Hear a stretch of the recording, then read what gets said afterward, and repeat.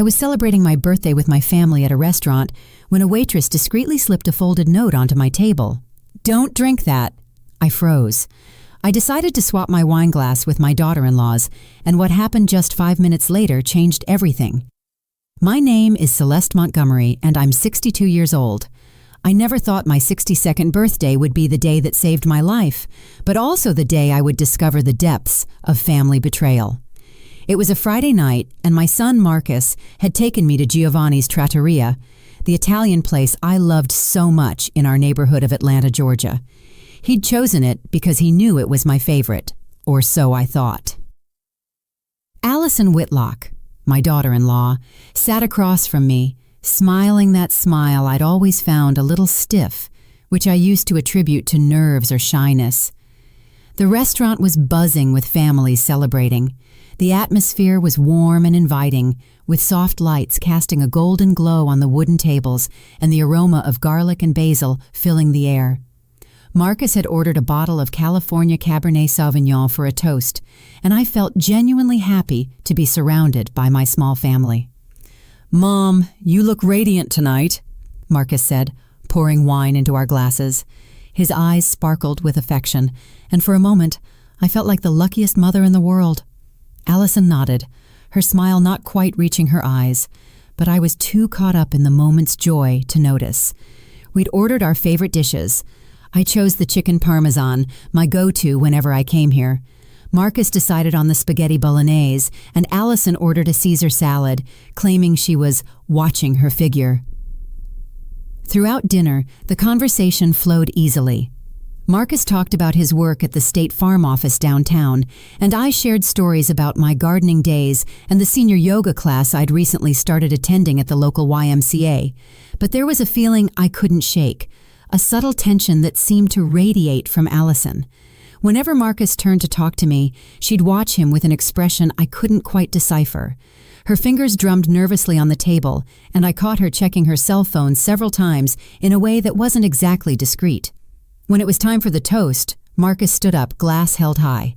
"To Mom," he said, his voice thick with emotion, "for being the strongest woman I know, for raising us with so much love after Dad passed, and for teaching me what true resilience means."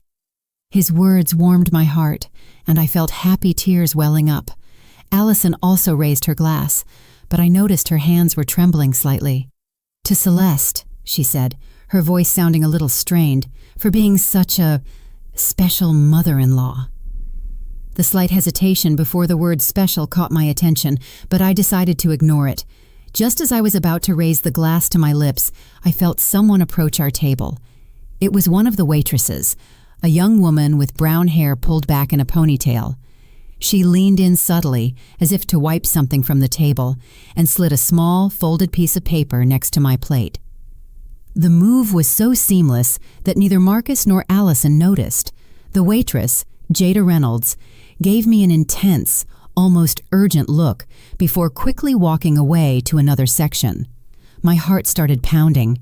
With trembling hands, I unfolded the paper beneath the table, keeping it hidden. The words were written in clear, urgent script. "Don't drink that. Your life is in danger. Trust me." The world seemed to stop. The noise of the restaurant faded into a distant murmur, and I felt like I was watching the scene from outside my own body. My first reaction was to assume it was a terrible joke, but the look in the waitress's eyes conveyed a seriousness I couldn't dismiss. I looked at my wine glass, which seconds earlier I had been so eager to taste. Now it looked sinister. I managed to keep my expression neutral while my mind raced. Marcus and Allison continued chatting, oblivious to what had just transpired. "Excuse me," I said, hoping my voice sounded natural. "I need to run to the restroom for a second." I stood up on shaky legs, slipping the paper into my pocket. As I walked toward the back, my mind was a whirlwind of questions and fear. In the restroom, I reread the note, hoping the words might magically change. The handwriting was feminine, rushed but legible. There was no signature or further explanation, just that direct, terrifying warning. When I returned to the table, I tried to act normal, but inside, I was terrified. I looked at Marcus and Allison with new eyes. Marcus seemed completely normal, talking animatedly about his plans to renovate their kitchen. But Allison, something was different about her. Her eyes darted nervously between my glass and my face, as if she were waiting for something. That was when I made a decision that changed everything. When Marcus turned to flag down our server for more bread, I seized the moment of distraction.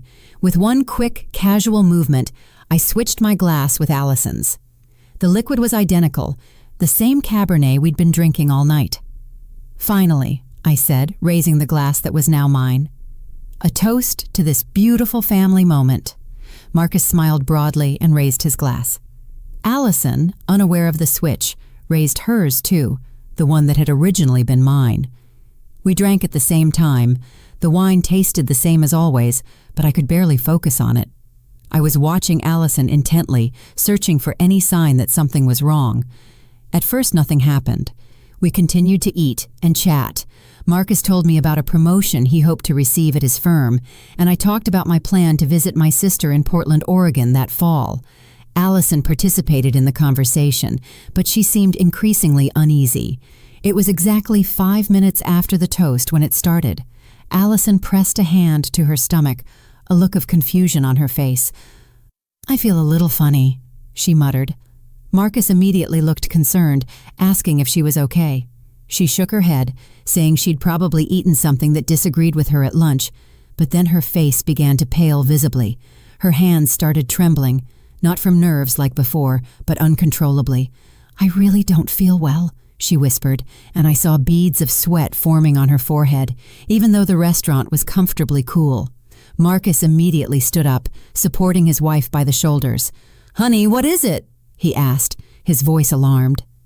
I remained seated, watching the scene with a mix of horror and terrible fascination. Allison tried to stand, but her legs buckled. She collapsed back into her chair, breathing erratically. Her eyes were glassy, and her skin had taken on a grayish tint that terrified me. "Call 911!" I yelled at Marcus, though my voice sounded eerily calm considering the situation. Panic seized the restaurant as other diners realized something serious was happening. While we waited for the paramedics, my mind couldn't stop repeating the words on the note. "Your life is in danger." And now I knew with a blood-chilling certainty that the person who had been in danger was me. The ambulance ride to St. Jude Medical Center was a nightmare. Allison had lost consciousness, and the paramedics were working frantically to stabilize her. Marcus held my hand in the back seat, his eyes filled with terror and confusion. I clutched the waitress's note in my fist, feeling like it was the only evidence that I wasn't going crazy. In the emergency room, the doctors immediately whisked Allison away. Marcus and I were left sitting in those uncomfortable plastic chairs that seemed designed to make you feel even more miserable than you already are. The smell of disinfectant made me nauseous, and the fluorescent lights created a cold, unforgiving atmosphere. "I don't understand what happened," Marcus muttered for the 5th time, running his hands through his hair. "She was fine an hour ago. Maybe it was something she ate or stomach flu." I didn't answer. I couldn't tell him about the note yet, not until I was sure of what had really happened. But deep down, I knew this wasn't simple food poisoning. The waitress's words resonated in my head like a nonstop alarm. After what felt like hours, a young doctor with a beard approached us. His expression was serious, and I could see in his eyes that he had news he didn't know how to deliver. "Are you the family of Allison Whitlock?" he asked. "I'm her husband," Marcus immediately replied. "This is my mother. How is Allison?"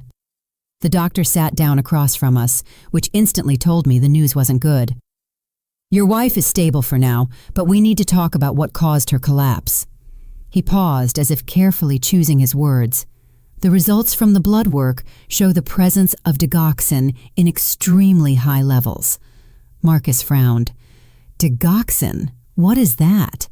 "It's a heart medication," the doctor explained. "In normal doses, it helps regulate heart rhythm, but the amount we found in her system is, well, it's potentially lethal." I felt as if I'd been punched in the stomach. "Are you saying someone poisoned her?" I asked, my voice trembling. I can't make that determination, the doctor replied carefully, but I can tell you that this amount of digoxin did not enter her system accidentally. We're going to have to contact the police to investigate. Marcus abruptly stood up, pacing back and forth in the small space. This is impossible, he muttered. No one would want to hurt Allison. She's a good person. Who would do something like that? I knew the answer, but I couldn't say it yet. I needed more information. Doctor, I said, is it possible for someone to put this medication in a drink? Definitely, he replied. Digoxin can dissolve in liquids, and in this case, we also detected alcohol in her system, which can intensify the toxic effects. That was the confirmation I needed. I pulled the note from my pocket with trembling hands and showed it to Marcus. His eyes widened as he read the words. Mom, where did you get this? He asked, his voice breaking. I told him everything. The waitress, the message, my decision to swap the glasses. With every word, I saw the color drain from Marcus's face. When I finished, he sank into the chair as if he'd lost all his strength. It can't be, he whispered. Are you saying someone tried to poison you?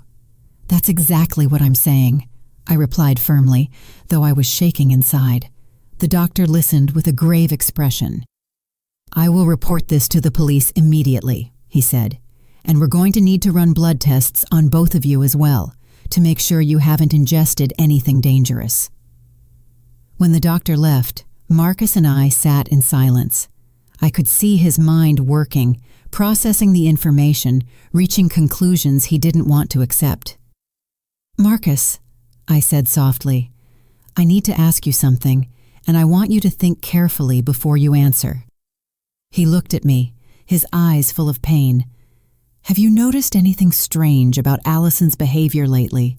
Anything different at home? Marcus took a long time to respond.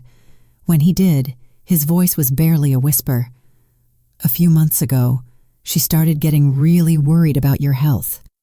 He stopped, as if he didn't want to continue. What kind of worries? I pressed. She kept saying she saw you confused sometimes, that you forgot things, that maybe we should start considering care options for you. The words sounded as if they physically pained him to say. My blood ran cold. Care options.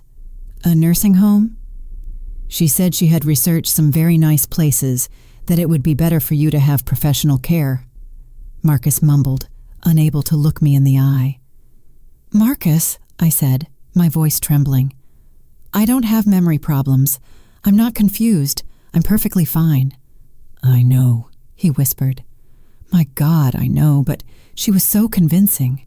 She showed me articles about early dementia, talked to me about red flags, and I wanted to believe she was just looking out for you.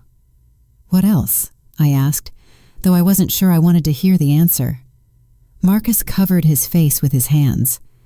Last month she suggested I should get power of attorney over your finances. She said it was just a precaution in case something happened to you. His voice cracked. I was about to agree. I thought it was the responsible thing to do. I felt sick. The whole picture was starting to form, and it was more horrifying than I'd imagined. Allison hadn't just planned to poison me. She had been preparing the groundwork to make my death seem inevitable, even expected. Is there anything else?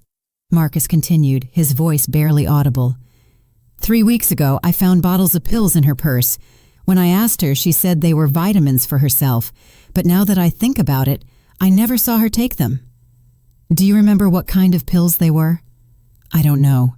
They were small, white pills, but there were a lot of them in different bottles. At that moment, a nurse approached us. Mrs. Montgomery? She asked. I'm Celeste Montgomery, I replied. The police are here and they'd like to speak with you. Also, the doctor wants to inform you about something we found in the additional analyses. We followed the nurse to a private room where 2 detectives and the doctor we'd met earlier were waiting. The doctor's expression was even more serious than before. We've done more detailed analyses, he began, and we've found something disturbing. Mrs. Whitlock didn't just have digoxin in her system. She also had traces of other cardiac medications. It appears she had been ingesting small amounts over a prolonged period. My world spun. Are you saying someone has been gradually poisoning me? That is the most likely explanation for what we are seeing, the doctor confirmed. One of the detectives, a middle-aged woman with graying hair, Detective Lieutenant Lee, leaned forward. Mrs. Montgomery, have you been taking any medication recently? Have you noticed any unusual symptoms? I thought back over the past few months. The occasional dizziness I'd dismissed as age, the fatigue I'd thought was normal, the moments of confusion that had worried me, but which I'd decided to ignore. Yes, I whispered. I've been feeling things, but I thought it was just part of getting older. Marcus squeezed my hand. Mom, why didn't you say anything to me? Because I didn't want to worry you, I replied, and because Allison assured me it was normal for my age. The words hung in the air like an accusation, and that was when I realized that my own daughter-in-law had been trying to kill me slowly and systematically, all while convincing my son that I was losing my mind. The monster hadn't come from outside. She had been living inside my own family. The next few days passed like a slow-motion nightmare. Allison was in the intensive care unit, stable but still unconscious. Marcus hadn't left my side, as if he feared something might happen to me if he left me alone. The guilt was consuming him, and I could see it in every line on his face. Detective Lee had visited me 3 times in the last 4 days. She was a meticulous woman with eyes that seemed to see through lies, and each conversation revealed more pieces of the horrific puzzle my life had become over the last few months. Mrs. Montgomery, she said during our latest meeting, we've been looking into your daughter-in-law's background. What we found is troubling. We were sitting in my living room, the same room where Allison had so often come to care for me during my supposed episodes of confusion. Now, every corner of that room felt tainted by her lies. Allison worked as a certified nursing assistant, CNA, for 5 years before marrying your son, Detective Lee continued. She had access to medications and was perfectly familiar with the effects of different substances. Marcus, sitting beside me, looked more haggard each day. But why would she want to hurt Mom? I never sensed she had a problem with her. The detective exchanged a meaningful glance with me before answering. Mr. Montgomery, we reviewed your mother's financial records. Are you aware that you are the sole beneficiary of her will? Of course, Marcus replied. She's my mother, but that doesn't mean anything. I never wished for anything to happen to her for money. No, but your wife did know about the inheritance, the detective said softly. And according to our investigation, she had been pressuring you to have your mother make changes to her legal documents. I recalled all those seemingly innocent conversations, where Allison suggested it would be prudent to get my affairs in order, how she had insisted on accompanying me to doctor's appointments, always with that worried smile and that voice full of false compassion. There's something else, Detective Lee continued. We found correspondence on Allison's computer. She had been researching assisted living facilities specializing in dementia patients, very expensive places where residents rarely receive family visits. My stomach churned. She was planning to have me institutionalized. That appears to be the case, she confirmed. But not only that, we also found searches on how to accelerate cognitive decline in the elderly and methods to make a death appear natural in patients with cardiac conditions. Marcus stood up abruptly, walking to the window. His shoulders trembled. My God, he muttered. What kind of monster is she? But I needed to know more. Over the past few days, I'd been remembering incidents that at the time seemed insignificant, but now took on a sinister meaning. Detective Lee, I said, I think I need to tell you about some other things that have been happening. Over the next hour, I recounted everything. How Allison had started visiting me more frequently several months ago, always bringing tea or some special snack. How after those visits, I would feel strangely tired and confused. How she had subtly started questioning my memory in front of Marcus. She would say things like, Celeste, Don't you remember you already told me that story yesterday? Or, honey, you just asked me that 5 minutes ago. I started doubting myself. I thought maybe I really was losing my memory. Marcus turned from the window, his face full of horror. And I believed her, he whispered. Every time she came home and told me you'd had an episode, I believed her. I thought she was being a good wife by looking out for you. Detective Lee took meticulous notes. Do you recall any specific episode, Mrs. Montgomery? Yes, I replied, feeling rage beginning to replace the fear. 2 months ago, Allison came over for lunch. She brought a homemade soup, said she'd made too much and didn't want it to go to waste. After eating it, I felt so unwell that I had to lie down. When Marcus arrived that night, she told him she'd found me confused, that I didn't remember having lunch with her. And what did you remember? I remembered the lunch perfectly, but I felt so sick and disoriented that I couldn't defend myself. Marcus took me to the doctor the next day, but by then I was feeling better. The doctor said it was probably just a stomach virus. Marcus slumped into his chair, covering his face with his hands. She was gradually poisoning you, he murmured. I helped her convince you that you were going crazy. It's not your fault, I said, though inside I felt a complex mix of pain and understanding. She is very good at manipulation. She manipulated me too. Detective Lee closed her notebook. Mrs. Montgomery, there's one more thing you need to know. The waitress who gave you the note, Jada Reynolds, is a nursing student. Her grandmother died 2 years ago under circumstances similar to what you're describing. My blood ran cold. What do you mean? Jada's grandmother, Eleanor Washington, began showing signs of confusion and cognitive decline. Her family thought it was natural dementia. She was admitted to an assisted living facility where she died 6 months later from heart failure. But Jada always suspected something wasn't right. And what does that have to do with me? The person who cared for Jada's grandmother, who convinced the family she needed institutional care, was Allison Whitlock. At the time, she used her maiden name, Allison Peters. The silence that followed was deafening. Marcus slowly raised his head, his eyes full of horrifying realization. Are you saying my wife, she'd done this before? That's exactly what we're investigating, the detective confirmed. Jada recognized Allison at the restaurant. She had been following her discreetly for weeks, trying to figure out if her suspicions were correct. When she saw what looked like a family situation, she decided to act. I thought of that young waitress who had saved my life, a stranger who had shown more concern for my well-being than my own daughter-in-law. Where is Jada now? I asked. I'd like to thank her. She is fully cooperating with our investigation, and I believe she'd like to speak with you too. Marcus finally spoke. His voice cracked with emotion. Mom, I'm so sorry. I'm sorry I ever doubted you. I'm sorry I let her do this to you. I reached out and took his hands in mine. They were cold and trembling. Marcus, listen to me. Allison is an expert manipulator. This is not your fault. But I should have seen the signs, he insisted. I should have known something was wrong. How could you have known? She presented herself as the perfect daughter-in-law, worried about her elderly mother.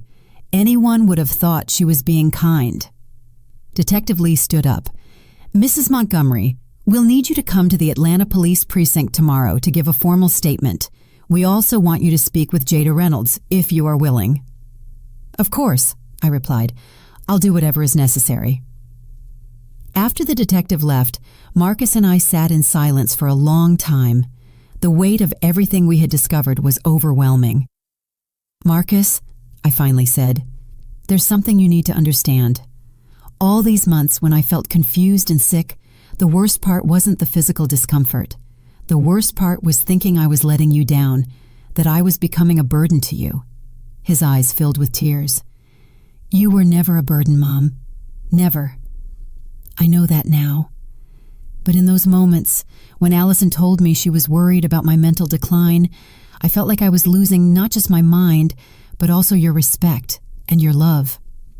She knew exactly what buttons to push, Marcus murmured. She knew my greatest fear was losing you the same way I lost Dad. My ex-husband had died of Alzheimer's when Marcus was 25. It had been a devastating experience for the whole family, watching that strong, brilliant man gradually fade into a shadow of himself. Allison used that experience against us, I continued.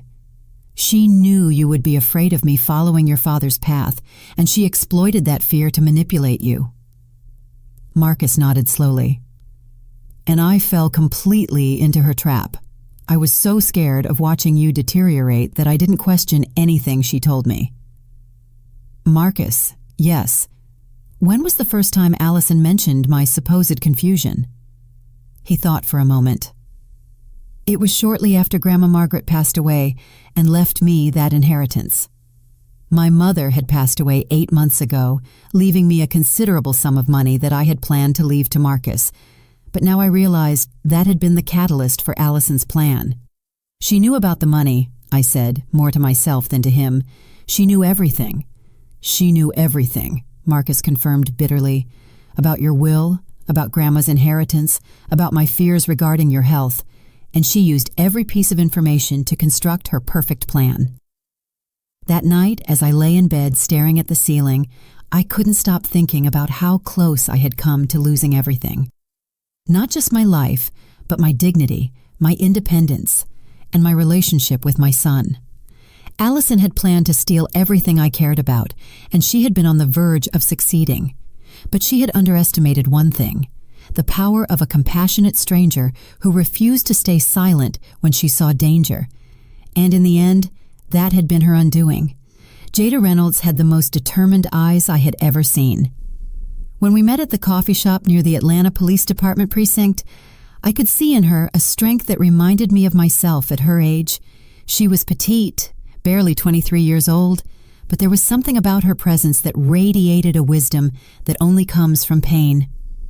"Mrs. Montgomery," she said, sitting across from me, "I've been waiting for this moment for 2 years." "Jada," I replied, taking her hands in mine, "I have no words to thank you for what you did. You saved my life." Her eyes welled up, but her voice remained steady. "I wish I could have saved my grandmother too." Over the next hour, Jada told me the full story of what had happened to her grandmother, Eleanor Washington. It was a chilling account because it was too similar to what had been happening to me. "Grandma Eleanor was the strongest woman I knew," Jada began. "At 78, she was still working in her garden, cooking for the whole family on Sundays, handling her own finances. She was completely independent." "How did she meet Allison?" I asked. "My grandmother fell at the supermarket and hurt her wrist. Allison was there. She introduced herself as a CNA and offered to help her. She seemed so kind, so concerned about an older woman she didn't even know." Jada took a sip of her coffee before continuing. "Allison started visiting my grandmother regularly, bringing her food, helping her with groceries. She claimed she felt lonely because she didn't have family nearby and that caring for Grandma Eleanor made her feel useful." "And your family thought it was wonderful," I said, guessing the rest. "Exactly. We were all so grateful that someone was looking out for her. I was in college. My parents were working double shifts. Allison seemed like a gift from heaven." "When did the problem start?" Jada sighed deeply. "After 2 months, Allison started mentioning small incidents, that she had found Grandma confused, that she had forgotten to turn off the stove, that she had repeated the same story several times, minor but worrying things." My stomach turned as I recognized the pattern. "And you all believed her?" "At first, we didn't want to accept it, but Allison was very convincing. She showed us articles about dementia, talked about red flags, and gradually we started noticing things about Grandma that we hadn't seen before, like she looked more tired. Sometimes she seemed confused when we talked on the phone. There were days she didn't remember conversations we'd had. Allison convinced us that we needed to accept the reality that Grandma was deteriorating." Jada paused, fighting back tears. "The most horrible part is that Grandma started doubting herself too. She would tell me, 'Jada, I think something is wrong with me. Allison tells me I forget things and maybe she's right.'" "My God," I murmured. "That's exactly what was happening to me." "Yes. And then Allison started suggesting that maybe it was time to consider a specialized residence. She said she had found a wonderful, very expensive, but excellent place, the Serenity Pines Assisted Living, where Grandma would get the care she needed. And the family agreed? Not immediately, but Allison was persistent. She told us we were selfish to keep Grandma at home when she clearly needed professional care, that we were putting our feelings above her well-being. I knew that tactic. Guilt disguised as legitimate concern. How long was your grandmother at that residence? 6 months, Jada replied, her voice breaking. 6 months before she died of what they said was natural heart failure. But when I went to visit her there, something wasn't right. Grandma whispered to me that Allison visited often, always bringing her special vitamins that the doctor had prescribed. Did you investigate those vitamins? I tried, but by then it was too late. Grandma had died. And when I inquired about the medications, I was told all her medical information was confidential. Jada wiped her eyes with a napkin. But I knew something was wrong. My grandmother had a perfectly healthy heart her entire life. She had no history of cardiac problems. What did you do then?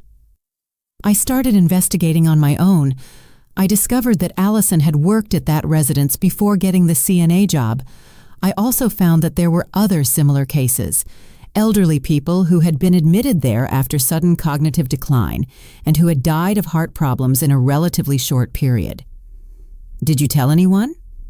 I tried, but I had no real proof, only suspicions.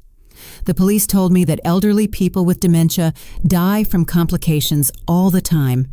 The administrators at the residence said they did everything possible for their patients. No one wanted to listen to a college student who was unhealthily processing her grief. But you didn't give up. I couldn't give up.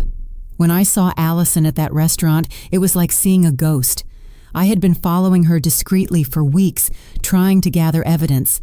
When I saw her with you and saw the way she looked at your glass of wine, I knew she was about to do the same thing again. How did you know it was the wine? I saw her put something in your glass when you and your son were distracted talking. It was very subtle, but I was specifically watching her. In that moment, I had to make a decision. Stay quiet and risk another person dying, or act without solid proof. Thank God you decided to act. Jada nodded. But what terrifies me the most is thinking about how many other people, like my grandmother and like you, Allison has hurt. How many families have suffered because one woman decided she could gain money and power by manipulating vulnerable elders? That afternoon, Marcus came to pick me up after my meeting with Jada. During the drive home, I told him everything I had learned about Allison's pattern of behavior. Marcus, I said, I need to ask you something else, and I want you to be completely honest with me. Of course, Mom. Ask me anything you want. Did Allison ever mention anything about my will or financial planning? Marcus visibly tensed. Yes, he admitted after a pause. About 3 months ago, she started bringing up the topic frequently. She said it was important to make sure your affairs were in order, especially with your supposed mental decline. What kind of suggestions did she make? She wanted me to convince you to give me power of attorney. She said it would be easier to manage your finances if something happened to you. She also suggested you should consider putting the title of your house in my name to avoid legal complications later on. My blood froze. And what did you think of those suggestions? At first I resisted. It seemed premature, but Allison was very insistent. She said it was the responsible thing to do, that waiting until it was too late would be a terrible mistake. Marcus, yes. Did I sign any documents in the last few weeks without clearly remembering it? His silence was answer enough. Marcus, I need you to tell me the truth. 2 weeks ago, he finally murmured, Allison said you'd had a particularly bad episode, that you'd been very confused and had expressed concern about your finances.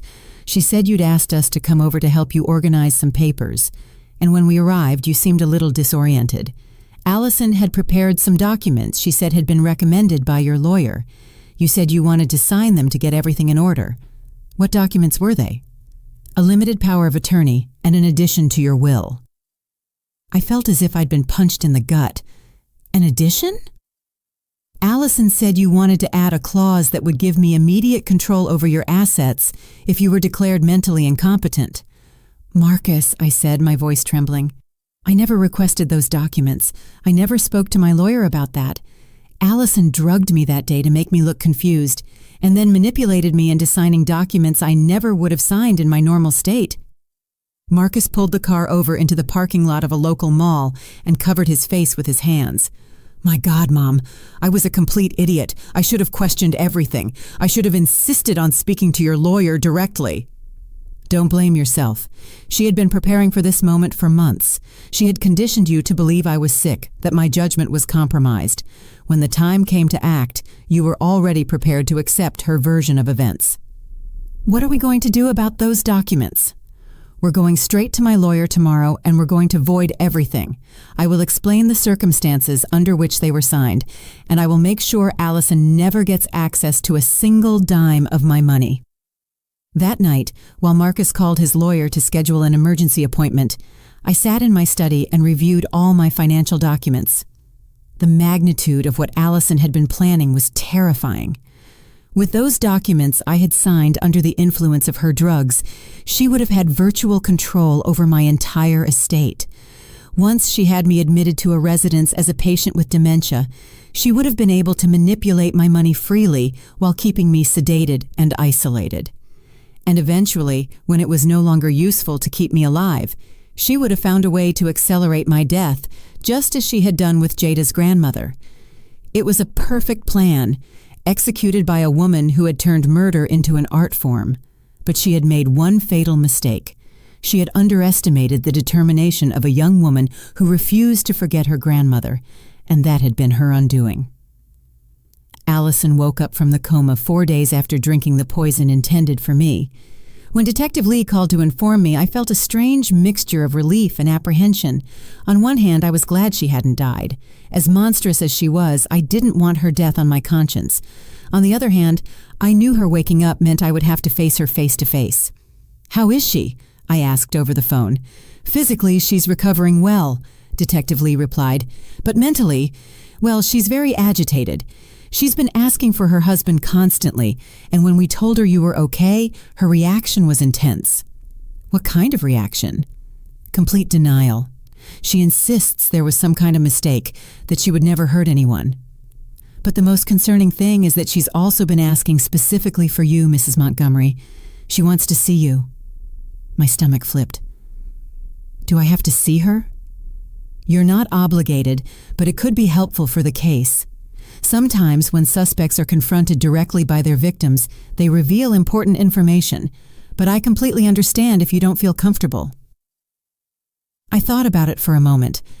Part of me wanted to hide, to pretend Allison didn't exist and let justice run its course without my direct participation. But another part of me, a stronger part, wanted to look her in the eye and tell her she had failed to destroy me. "I'll do it," I finally said. "But I want Marcus to be present." "Of course. Tomorrow afternoon. Does that work for you?" That evening, Marcus and I sat in my kitchen drinking tea and mentally preparing for what was to come. He had been incredibly protective of me since we discovered the truth, almost as if he feared Allison could hurt me even from her hospital bed. "Mom," he said, "you don't have to do this. We can let the police and lawyers handle everything." "Yes, I do have to do this," I replied, with more firmness than I felt. "I need to see her. I need to understand how I could have been so blind for so long." "You weren't blind. She's an expert manipulator." "Maybe.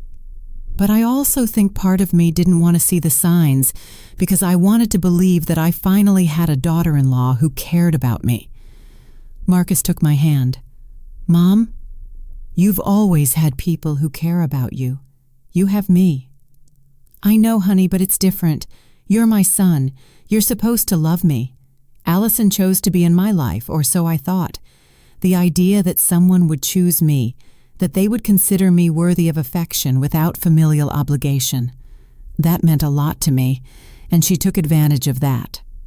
Yes, she took advantage of my loneliness, my desire to be loved, my fear of aging. She knew exactly my vulnerable spots. and used them against me. The next day, as we entered the hospital, I felt like I was walking toward my own execution. Detective Lee escorted us through corridors that smelled of disinfectant and pain until we reached the room where Allison was being guarded. There was a police officer at the door, which made me feel a little safer. But when the detective opened the door and I saw Allison for the first time since that horrible night at the restaurant, all my mental preparation vanished. She was pale and thin, with IV tubes connected to her arm, but her eyes had the same calculating intensity they had always held. When she saw me enter, her expression immediately shifted to one of feigned vulnerability. "Celeste," she said in a weak voice, reaching out a hand toward me. "Thank God you're okay. I was so worried." I stood near the door, refusing to approach her bed. Marcus positioned himself protectively between us. "Allison," I said, my voice firm, "we know what you did." Her expression of confusion seemed genuine, but I had already learned what a good actress she was. "What are you talking about? I'm the one who got sick. Someone tried to poison both of us." "No," I replied. "Someone tried to poison me, and that person was you." For the first time, I saw a flicker of something darker in her eyes, but she quickly hid it behind seemingly sincere tears. "Celeste, I don't understand why you're accusing me of something so terrible. I love you like a mother. I would never hurt you." "How did you love Jada Reynolds' grandmother, Eleanor Washington?" I asked. The change in her expression was instantaneous. The tears dried, the vulnerability disappeared, and for a moment I saw the real Allison, cold, calculating, furious. "I don't know who you're talking about," she said, but her voice had lost all its feigned warmth. Marcus took a step forward. "Allison, we found the medications at our house. We found your correspondence. We know about the money, about the documents you made Mom sign. We know everything." Allison sat up straighter in bed, and her mask of the innocent victim began to completely slip. "Marcus, honey, you have to understand. Everything I did was for us, for our future." "Our future?" he repeated in disbelief. "Your mother is older, Marcus. She doesn't have many good years left. Wouldn't it be better if she could enjoy her final years in a place where she received appropriate care while we built a life together without the burden of constantly worrying about her?" The coldness with which she spoke about me, as if I were an inconvenient object, made me nauseous. "And the money?" Marcus asked. "Was this all about the money?" Allison sighed as if she were explaining something obvious to a child. "Money is important, Marcus. Your mother isn't going to live forever. And when she's gone, why shouldn't we make sure we're comfortable? She doesn't need all those savings in a nursing home." "Are you talking about killing me?" I said, my voice trembling but steady. For the first time, Allison looked directly at me with pure hatred. "I'm talking about being practical about an inevitable situation." "How were you practical with Jada's grandmother?" Her smile turned cruel. "Eleanor Washington was a lonely old woman who was going to die anyway. At least I made sure her final months were comfortable and that her money ended up in her family's hands. She didn't have anyone else. Her family visited once a month if she was lucky. I was the only one who truly cared about her in the end." Marcus was shaking with rage. "How many other people have you hurt, Allison?" "I haven't hurt anyone," she replied coldly.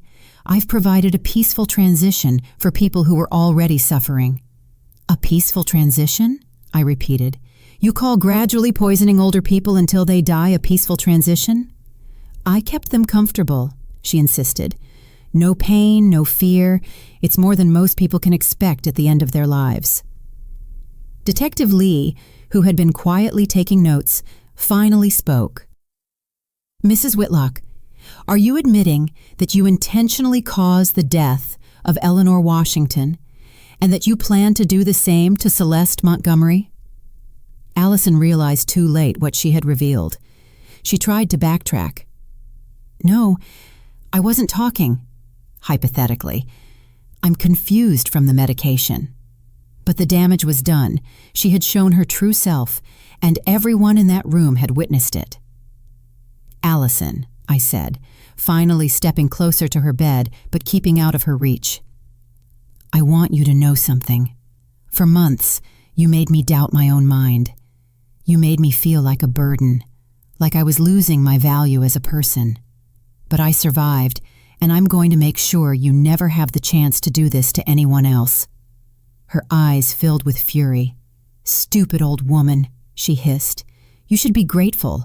I was going to give you a dignified death. Now you'll rot slowly in some cheap facility where no one cares about you."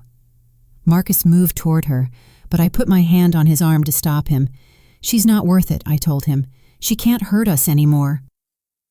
When we left the room, I felt as if I had confronted the demon that had been living in my life for months. It was terrifying, but also liberating. "How do you feel?" Marcus asked me as we walked down the corridor. "Like I just woke up from a very long nightmare," I replied, "and like I can finally start to heal."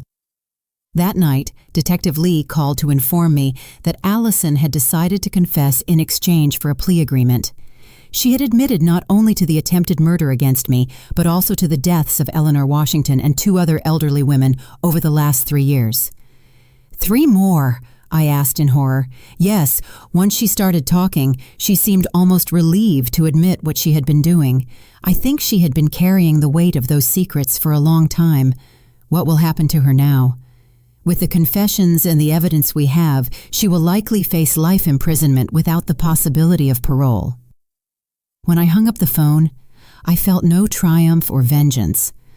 I felt only a profound sadness for all the lives Allison had destroyed, and an overwhelming relief that her reign of terror was finally over. But I also knew that the most difficult part of my healing process was just beginning. 6 months after that horrible night at Giovanni's Trattoria, I wake up every morning with a feeling I had forgotten existed. Peace. It's a strange sensation after so many months of living in constant fear, doubting my own mind, feeling like I was losing pieces of myself every day. My morning routine has changed completely. I no longer need to obsessively check if I locked the door or turned off the stove, because now I trust my memory. I no longer have to question every decision I make, wondering if it's evidence of mental decline. I know my mind is clear, that it always was clear, and that the confusion and forgetfulness were caused by poison, not illness. Marcus comes to visit me every Sunday, and our relationship has transformed in ways I never imagined possible. The guilt he carried for doubting me, for letting Allison manipulate him, had been consuming him for weeks after the trial. But we worked through it together in family therapy, and little by little, we've built a new, deeper trust. "Mom," he told me during one of our sessions, "I think part of me always knew something wasn't right, but it was easier to believe your mind was deteriorating than to face the possibility that my wife was a killer." "Why was it easier?" the therapist asked him. "Because if Mom was sick, I could be the hero who took care of her.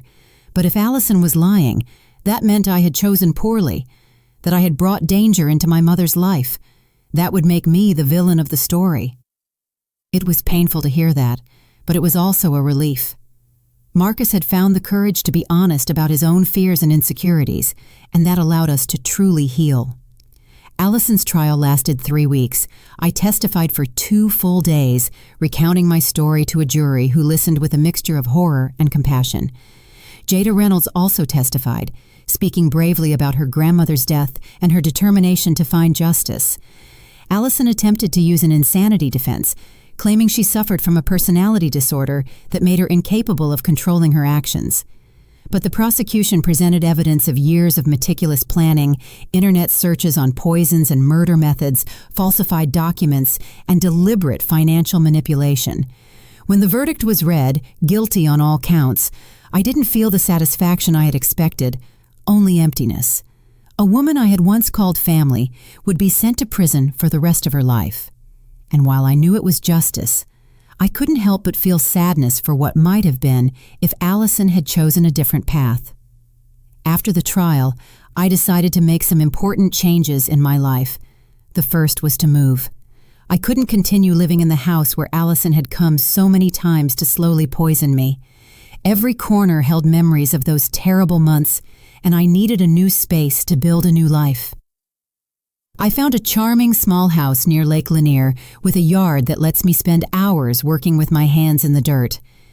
There is something deeply healing about planting seeds and watching them grow, about creating life after having been so close to losing it. Jada Reynolds has become an important part of my new life. We meet regularly for coffee, and we've developed a friendship that goes far beyond the circumstances that brought us together.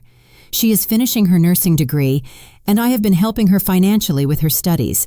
It's my way of honoring the memory of her grandmother, Eleanor, and thanking her for saving my life. "Mrs. Montgomery," she told me during one of our recent visits, "there's something I want to tell you." "Tell me, dear." "I've been thinking about specializing in geriatric care. I want to work with older adults, help them maintain their dignity and independence for as long as possible." "That's wonderful, Jada. What inspired you to make that decision?" "You," she replied simply. "Watching you fight to get your life back, how you refused to be defined by what Allison did to you, showed me that older people aren't helpless victims. They are warriors who have survived decades of life and deserve respect and protection." Her words filled me with a warmth I hadn't felt in a long time. Knowing that my horrible experience could inspire something good in the world gave a purpose to all the pain I had suffered. I've started speaking publicly about my experience, not to seek attention or sympathy, but to educate other families about the signs of elder abuse. It's astonishing how many people approach me after my talks to say they recognize some of the patterns I describe in their own families. A 70-year-old woman told me her son-in-law had been pressuring her to grant him access to her bank accounts using the same type of manipulation Allison had used on me. Another family realized their father's episodes of confusion always occurred after visits from his new caregiver. I can't save everyone, but if my story can help prevent even one case of abuse, then everything I went through will have been worth it. Marcus has started dating someone new, a woman named Sarah, whom he met at a support group for crime victims' family members. At first, I worried about how this would affect our reconstructed relationship, but Sarah is genuinely wonderful. She's transparent, honest, and completely respects the boundaries Marcus and I have established. "Mom," Marcus told me last week, "I want you to know that I will never allow anyone to hurt you again. I've learned to recognize the signs of manipulation, and I promise I will always believe you when you tell me something isn't right." "Marcus," I replied, "I don't need you to protect me from everything. I just need you to trust me and my judgment. I'm stronger than any of us thought." And it's true. I am stronger. The process of surviving Allison's betrayal, of fighting for my sanity and my life, has taught me things about myself I never knew. I'm 62 years old, but in many ways, I feel like my real life is just beginning. I've resumed activities I had abandoned during the months Allison was poisoning me. I went back to my yoga classes, where my classmates welcomed me with open arms. I joined a book club at the local public library. I even took painting lessons, something I had always wanted to do, but never found the time for. Every new activity, every new friendship, every day I wake up without fear is a victory over what Allison tried to do to me. She tried to turn me into a helpless victim, a confused old woman who could be manipulated and eventually eliminated. But she failed. One afternoon, while working in my garden, I found a letter in my mailbox. It had no return address, but I immediately recognized the handwriting. It was from Allison, writing from prison. For a moment, I considered throwing it away unopened. I owed her nothing, and I had no obligation to read her words. But curiosity overcame my caution. The letter was brief and, typical of Allison, completely self-centered. She didn't apologize for what she had done. Instead, she complained about the prison conditions and insisted she had been misunderstood. It ended with a line that made me laugh despite everything.